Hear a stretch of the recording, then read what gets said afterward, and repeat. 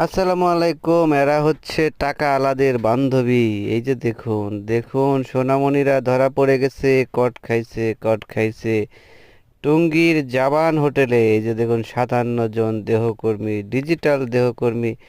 রমজান মাসে আল্লাহ এদেরকে হেদায়েত করো আল্লাহ।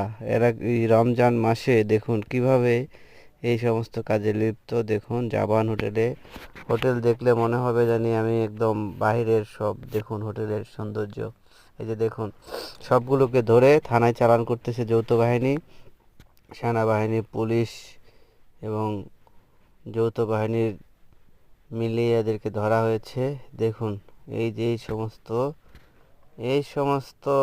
এই সমস্ত পাখিদেরকে সেনাবাহিনী ধরেছে, এখন কোর্টে চালান করে। দেখুন হোটেলটা কত জাঁকজমকপূর্ণ।